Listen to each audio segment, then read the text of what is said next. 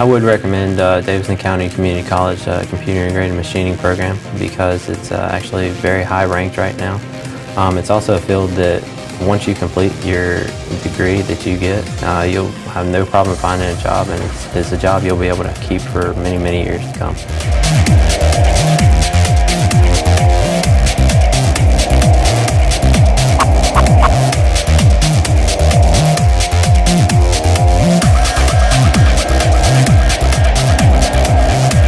I've always been interested in making things and creating things with my hands.